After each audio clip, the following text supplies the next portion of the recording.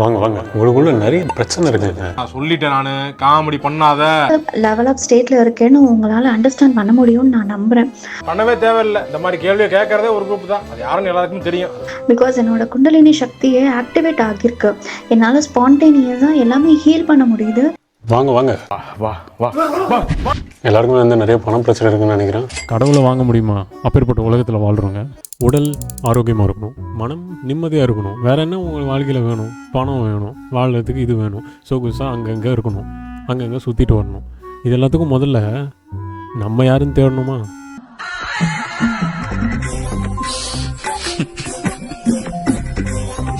மூச்சு இயங்கிக்கிட்டு இருக்கு. அந்த மூச்சு சரியாக போகுதா, எப்படி இருக்குது, நம்மளை நம்ம விசாரிக்கவே இல்லை. ஆனால் நமக்கு ஏதோ பிரச்சனைன்னு கடவுளை தேடி போகிறோம். கடவுள் யாருன்னு தெரியாது. கடவுள் நம்மளுடைய பிரச்சனைகளை ரெஸ்பான்ஸும் பண்ணல.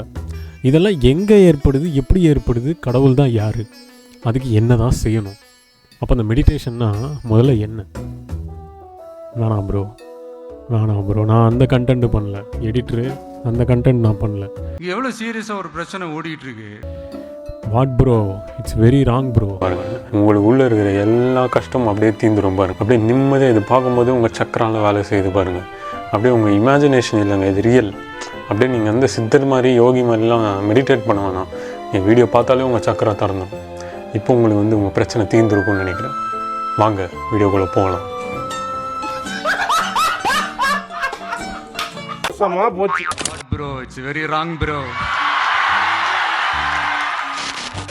What bro, it's very wrong bro. இது ரொம்ப ராங் ப்ரோ. நான் ஃபர்ஸ்ட் ஸ்டார்டிங்ல சொன்ன அந்த இன்ட்ரடக்ஷனை மாதிரி கிட்டத்தட்ட பல ஆயிரம் வீடியோஸை என்னோட ஃபீல்டில் வந்து நான் ஸ்க்ரால் பண்ணிட்டே இருக்கேன், வந்துகிட்டே இருக்கு. இது வந்து என்னடா இது என்னன்னே எனக்கு புரியல. ஒருத்தருக்கும் வந்து அந்த ஒரு நாலேஜ் ஆஃப் ஸ்பிரிச்சுவாலிட்டி இல்லாத, நமக்கு ப்ராப்ளம் இருக்கு, ஸோ யாராவது நம்மளை ஹீல் பண்ணிடுவாங்க அப்படின்னு நம்பிட்டு ஒவ்வொருத்தரும் அந்த ஒரு ரேஞ்ச் ஆஃப் நேச்சர்ல தான் வந்து எல்லாரும் இருக்காங்க. ஸோ அந்த மாதிரி இருக்கிற நிறைய பேருக்கு இந்த ஒரு வீடியோ தான் வந்து அவேர்னஸ். ஒருத்தவங்க வந்து ஒரு வீடியோ பார்த்து குண்டலினி ஆக்டிவேட் பண்றாங்க ஒரு வேர்ல்ட்ல நம்ம இருக்குமானு எனக்கு ரொம்ப வேதனை ஆயிடுச்சு.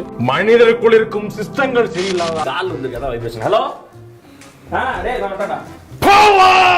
இந்த மாதிரி கண்டென்ட்லாம் வந்து நான் பேசக்கூடாதுன்னு நினைப்பேன். அரவிந்த் ப்ரோ, உங்களால் தான் இந்த கண்டென்ட்டே வந்து பேச வேண்டியதாகிடுது. Shout out to Aravind bro. ஆக்சுவலாக வந்து இந்த what bro, it's very wrong bro, இந்த சீரீஸோடைய எபிசோட் 5ல் நம்ம பார்க்கக்கூடிய கண்டென்ட்டே இன்றைக்கி அதுதான், healing. How to do healing.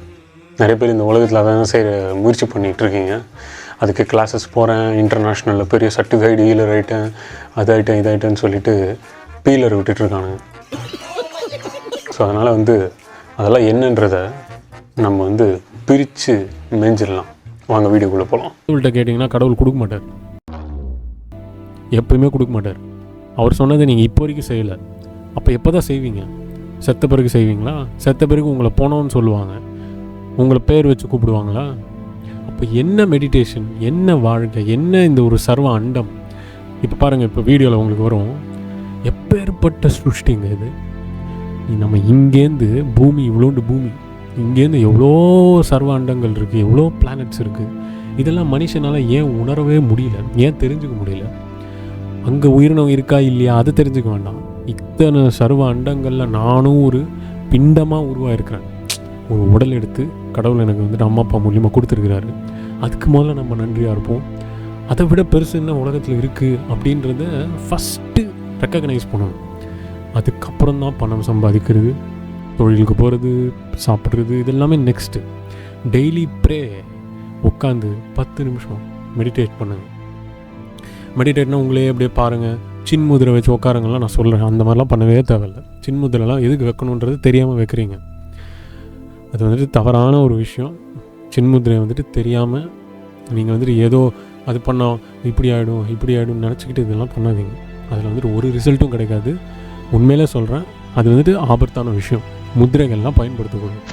மீகத்தை பயிற்சி பண்ணும்போது உங்களுடைய பாடியில் இந்த மெடிடேஷன் செஞ்சு, யோகா செஞ்சு செட் ஆன பிறகு இந்த நியூரான்ஸ் நர்வஸில் ஃபுல்லாக ட்ராவல் ஆகி உங்களுடைய எலக்ட்ரான்ஸ் பாடி ஃபுல்லாக பவர் வந்துட்டு இன்க்ரீஸ் பண்ணி ஒவ்வொரு செல்லும், லங்ஸில் வந்துட்டு சளி இருக்குது, அந்த சளியை ரிமூவ் பண்ணுறது. இந்த சூனாப்பானாவின் வீரம் உலகமெல்லாம் பரவ அருள் புரிவாய் அப்பனே, அருள் புரிவாய்.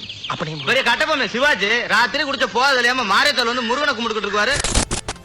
ஒரு நபர் போகிறாரு, ஜூஸ் வாங்கி நீங்கள் கொடுக்குறீங்க அவருக்கு. ஜூஸ் வாங்கி நீங்கள் கொடுக்கும்போது அவருக்கும் வாங்கி கொடுக்கணும்ல. அவர் காசு கொடுக்குறாரோ கொடுக்கலையோ, நீங்கள் உங்கள்கிட்ட நல்ல வெல்த்தியாக பணம் இருக்குது, அவர்கிட்ட ஓரளவுக்கு பணம் இருக்குது, அவர்கிட்ட நீங்கள் ஜூஸ் நீங்கள் வாங்கி கொடுக்கணும். அதான் நட்பு. நீங்கள் அதை விட்டுட்டு நீ பாதி போடு நான் பாதி போடுறேன், பெனிஃபிட், அந்த இடத்துல பெனிஃபிட் எதிர்பார்க்கக்கூடாது. எப்பயுமே நீங்கள் உங்கள்கிட்ட இருந்தால் செஞ்சுக்கிட்டே இருங்க, பல பேருக்கு செஞ்சுக்கிட்டே இருங்க.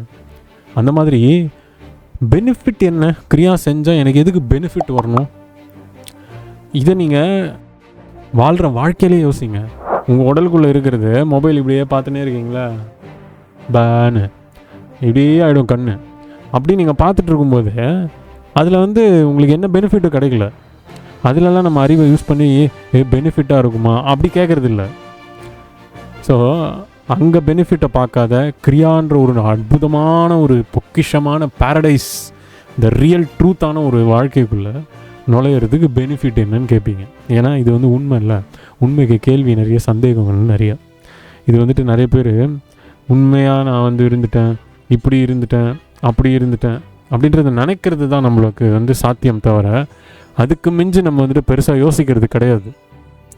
அற்புதங்கள் ஏதோ நடந்துடணும். கிரியாயோகம்லாம் என்ன அற்புதம் நடக்கணும்? கிரியாயோகம்லாம் அற்புதங்களோ இல்லை பெரிய பெரிய பெரிய விஷயங்களோ வந்துட்டு நடக்கிறதெல்லாம் வந்துட்டு உங்களுக்கு கிடையாது. உங்களுக்கு வந்துட்டு இந்த ஹாஃப் ஆஃப் மைண்டில் அது நடக்காது. தூய்மையாக உங்களுடைய உறவு ஃபுல்லாக இறைவன் நோக்கி இருக்கணும். அப்படி இறைவன் நோக்கி உறவுகள் இருக்கும்போது இங்கே இந்த பூமியில் கொடுக்கப்படுற உறவுகளும் தூய்மையாக இருக்கும். ஞாபகம் வச்சுக்கோங்க, நோட் பண்ணிக்கோங்க. ஏன்னா ஒரு மனிதனுக்கும் அந்த உறவுன்றது தான் பெரிய விஷயம். அந்த உறவுன்றது ஒன்று இல்லைன்னா, அது அன்போடு வந்துட்டு நீங்கள் இல்லைன்னா நிம்மதியான வாழ்வு இருக்காது. இது மகான்கள், பெரிய பெரிய மகான்கள்லாம் இருக்காங்க இல்லையா, அவங்க வந்துட்டு அந்த உறவுகளை அன்போடு பார்த்து எப்போ இறைவன் அழைப்பு பண்ணதோ கட் பண்ணிட்டு போயிட்டாங்க. அந்த மாதிரி தான் இப்பயும் மரணமும் வேறு, நம்மளாம் வந்துட்டு உடலை விடுறது வேறு. அது சூசைடு இல்லை, அது வந்துட்டு மோட்சம், முக்தி.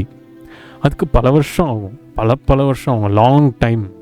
அந்த லாங் டைமுக்குள்ளே ஒரு மனிதனும் வந்துட்டு அதில் அப்சார்வ் ஆகி உள்ளே இன்வால்வ் ஆகி பயிற்சி பண்ணணும். அப்படி பண்ணும்போது உங்களுக்குள்ள அந்த பெனிஃபிட்ஸ், கிரியானா என்ன அப்படின்னு கேட்குறீங்கல்ல, ஒரு மனிதன் இறைவனை தனக்குள்ளவே உணர்கிற ஒரு பயிற்சி. ஏன்னா வெளியில் எங்கே போனாலும் எதுவுமே கிடையாது, அது உங்களுக்கே தெரியும், ஒர்க் அவுட் ஆகாது. கடவுளுடைய விஷயம் எப்பயுமே எவ்வளோ அற்புதம்னா, கடவுள் வந்து சின்ன சின்ன விஷயங்கள் கொடுக்கறதுக்கு கடவுள் கிடையாது.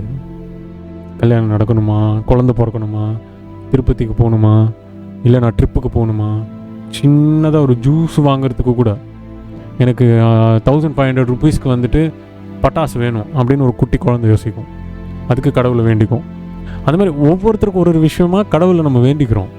தட் இஸ் ஃபோர்ஸ் அப்படின்னு. ஆனால் உண்மையான கடவுள் விஷயம் என்ன தெரியுமா? கடவுள் எதுக்கு தெரியுமா உருவாக்குனாரு? நம்ம அப்பாவை மறந்துட்டோம். அந்த அப்பாவை மறந்துட்டு நம்ம வாழ்க்கை ஏதோ நினச்சிட்டு நம்ம வாழ்கிறோம். இது வாழுங்க, தப்பு இல்லை, ஆனால் அவரை மறக்காதீங்க. அந்த ஒரிஜினல் சோர்ஸ், இந்த கிரியேட்டர் ஆஃப் காட், அந்த ஒரிஜினல் காட் அங்கே வைங்க ப்ரேயரை. குரு வேணும், அது வேணும், இது வேணும், பெனிஃபிட்ஸ் ஆஃப் கிரியான்னா என்ன, இது இல்லை. ப்ரே, எல்லாருக்கும் ப்ரே பண்ணுங்கள், எல்லோரும் நல்லா இருக்கட்டும். ப்ரே பண்ணிவிட்டு அவங்கள திட்ட வேண்டாம். ப்ரே பண்ணிவிட்டு எப்பயுமே அவங்களுக்குள்ள இறைவன் தன்மையை பாருங்கள். இதுதான் நான் வந்து என் லைஃப்பில் ப்ராக்டிஸ் பண்ணுறதுங்க. அது வந்துட்டு கிரியா செஞ்சால் தான் வரும். அப்படி இருக்கும்போது நிம்மதியான வாழ்வு, அமைதியான வாழ்வு தான் நம்ம வந்துட்டு ஆசைப்படுவோம். அது ஒரு பக்கம். இன்னொரு பக்கம் இறைவன் கொடுத்த இந்த அற்புதமான வாழ்க்கையை இறைவன் கொடுத்தாரு நன்றியோடு எவ்ரிடே தேங்க்ஃபுல்லாக பண்ணிட்டு போகணும். இது வந்துட்டு எல்லாருக்கும் தெரிஞ்சது தான், ஆனால் ப்ராக்டிக்கலாக வராது. பட் ப்ராக்டிக்கலாக ஒன்று சொல்கிறேன், கடவுளை நம்ம மறந்துடுறோம். அப்பாவை வந்துட்டு நம்ம மறந்துட்டு எதேதோ நம்ம கற்பனை பண்ணிக்கிட்டு, டேய் கஷ்டம் இருக்கா, டேய் உனக்கு வந்து ஏதாவது உனக்குள்ளேயே வந்துட்டு பயம், அலட்சியமாக இருக்கிறது, லேசினஸ் எல்லாமே சுற்றி பிரச்சனையாகவே இருக்குது, இது மாதிரிலாம் நடந்துகிட்ருக்கு நீங்கள் நினச்சிட்ருக்கலாம். நீங்கள் அப்போது ஒரு விஷயத்தை தான் நீங்கள் ஃபோக்கஸ் பண்ணணும். என்ன படைச்ச இறைவா, என்னன்றது யாரை? ஆத்மாவை. அந்த ஆத்மாவை படைச்சதே அவர் தான். அந்த ஆத்மா இருக்கிறதுனால தான் உயிரோடு இருக்கீங்க. இல்லைன்னா நீங்கள் இந்நேரத்துக்கு பணம் ஆகிட்டு இருப்பீங்களே. அப்படியே அபிஷேகம் பண்ணுவோம், தீயால அபிஷேகம் பண்றோம். தீயால அபிஷேகம் செத்துட்டு தொலைஞ்சிட போறான்டா.